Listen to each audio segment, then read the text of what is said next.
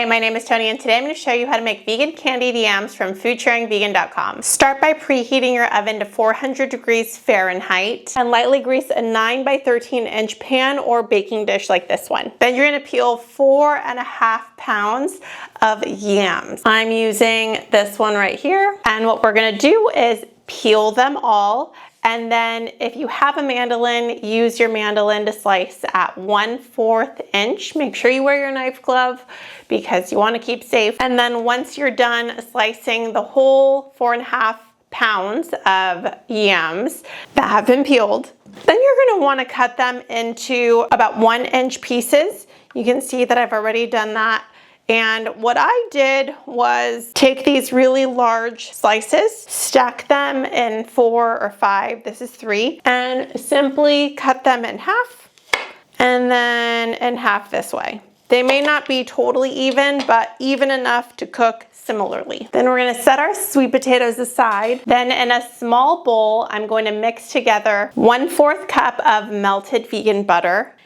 Add that in there. Get as much of it as you can. I'm using Earth Balance vegan butter for this one. I like the sticks because they're pre-measured, but you can use any vegan butter that you have on hand. Non-dairy margarine also works as well. Then I'm gonna add in 1 teaspoon of cinnamon, 1/4 teaspoon of nutmeg, 1/4 teaspoon of salt, and 1/4 teaspoon of ground ginger. I'm curious to know if you grew up with candied yams at your Thanksgiving gatherings with your family. It's not something that I grew up eating, but I now serve it because my guests love it. Mix this all together.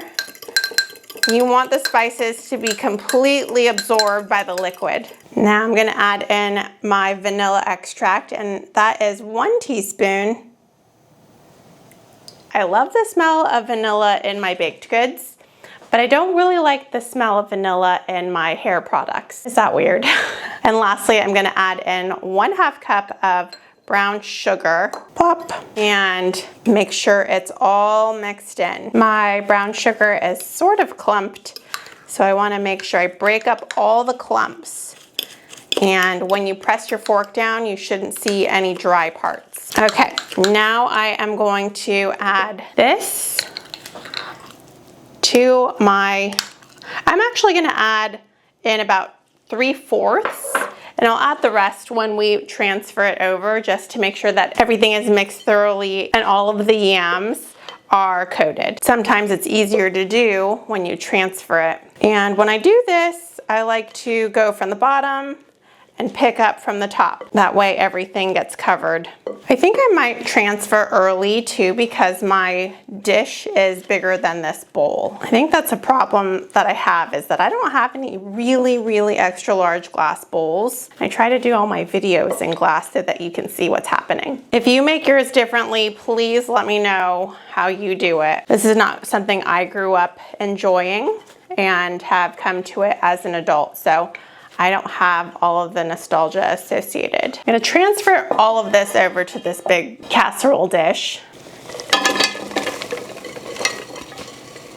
And everything will get better mixed in here. And then I'm gonna add the remaining sugar butter mixture and smooth that out so that it continues to coat all of the potatoes evenly. Aside from eating candied yams, did you grow up eating yams or sweet potatoes? Or was that something that came later on in life? For me, it was later on in life. I had not really had a lot of dishes or any dishes using this kind. I had Japanese sweet potatoes, which they look a little bit different. They're not this orangey color. Okay, I think that this looks good now. What we're gonna do now is cover it in some aluminum tin foil. And we're gonna bake it in our preheated oven for 20 minutes. Then we're gonna take it out, mix it, and put it back in for another 20 minutes. I will show you when it's all done and when I put my vegan marshmallows on top. I've pulled my yams out of the oven. Remember that I baked them for 20 minutes, stirred them, baked them for 20 more minutes, let them cool down with the aluminum foil still on, and I have brought it over. They're still warm. Now I'm gonna put on my vegan marshmallows. I'm using Dandy's vanilla flavored mini vegan marshmallows. I think that Trader Joe's uses their brand. I haven't been to Trader Joe's in a while because I don't live near one, but I think that they have private labeled Dandy's. Correct me if I'm wrong or if I have dated information, but if you're at Trader Joe's or if that's your grocery store, double check. I think their marshmallows are vegan, or at least they have vegan marshmallows, which I believe are made by Dandy's. I got these at Sprouts, and they have the mini marshmallows and the big marshmallows. I have gone with the mini marshmallows for this dish. Now I am going to spread these all out. I'm going to pour the whole bag on top of the yams, and I want to put them evenly on so that they cook evenly. But some of mine are stuck together. It's really hot where I live in Sacramento, and so everything gets a little bit warm in the pantry if the door isn't open because we don't have air conditioner in there. Oh, so pretty. These marshmallows are really good too. And the big ones are extra good for s'mores. So if you go camping, pick up some of those big ones. I'm gonna fill in any blank spots with the rest. And I don't want them to be layered. I want them to be in one single layer. So if yours are looking like they're piled, spread them out a little bit. This is pretty good. Okay, that looks good to me.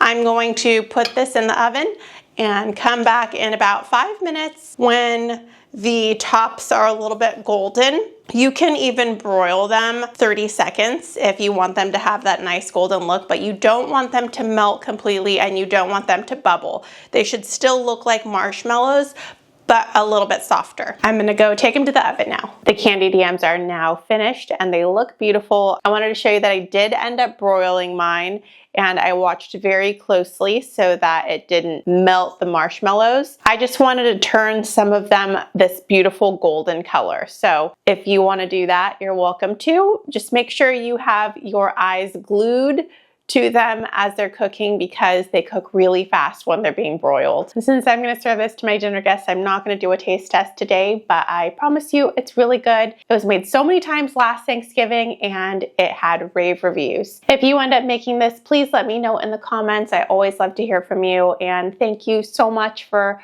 watching this video. I really appreciate it. Hope you have a wonderful rest of your day. Bye.